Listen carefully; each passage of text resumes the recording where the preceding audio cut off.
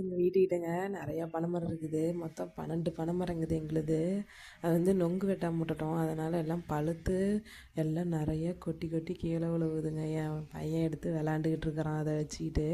அப்புறமேட்டுக்கு நானும் சின்ன வயசுலலாம் பனம்பழம் நானும் சாப்பிட்டுக்கிறேன்ப்பா. பனம்பழம்லாம் மரத்துக்கு மரத்துக்கு பார்த்துருக்குறோம். பனம்பழமே இல்லை. ஒவ்வொரு நாளையில் பனம்பழமே இருக்காது.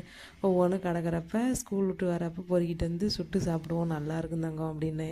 எனக்கும் சுட்டு தாம்மான்னே நானும் சரின்ட்டு சுட்டு தந்துட்டு இருந்தேன். அப்புறமேட்டுக்கு தான் இந்த பனைமரம் எங்களுக்கு எத்தனை யூஸ் ஆகுது தெரியுமாங்க. நிழல் கொடுக்குது, நல்லா காற்று வருது. அப்புறமேட்டுக்கு அதோட ஓலைக்கட்டையெல்லாம் வச்சு சாப்பாடு செய்கிறோம். அப்புறமேட்டுக்கு பனம்பழம் சாப்பிடுவோம், பனங்கொட்டையெல்லாம் எரி விடுவோம். அப்புறமேட்டு பனங்கிழங்கு போடுவோம். அப்புறமேட்டுக்கு அதில் என்னென்னா குச்சிக்கிழங்கெல்லாம் சாப்பிடுவோம். அப்புறமேட்டுக்கு நிறையா விதத்துக்கு தேவைப்படுதுங்க. எங்களுக்கு உதவுதுங்க. தேவைப்படுதுன்றத விட அந்த மரம் எங்களுக்கு உதவி பண்ணுதுங்க. அப்புறமேட்டுக்கு எங்கள் தம்பி அப்புறமேட்டுக்கு ஆரி பானை தைச்சிட்டு நான் போடுறோமான்னு சுட்டுக்கிட்டு இருந்தேன், புட்டுக்கிட்டு இருந்தாங்க. சுட்டு அப்புறமேட்டுக்கு சாப்பிட்டோம். சூப்பராக இருந்துச்சுங்க. என் வீடியோஸ் பிடிச்சிருந்தா லைக் அண்ட் சப்ஸ்கிரைப் பண்ணிக்கோங்க.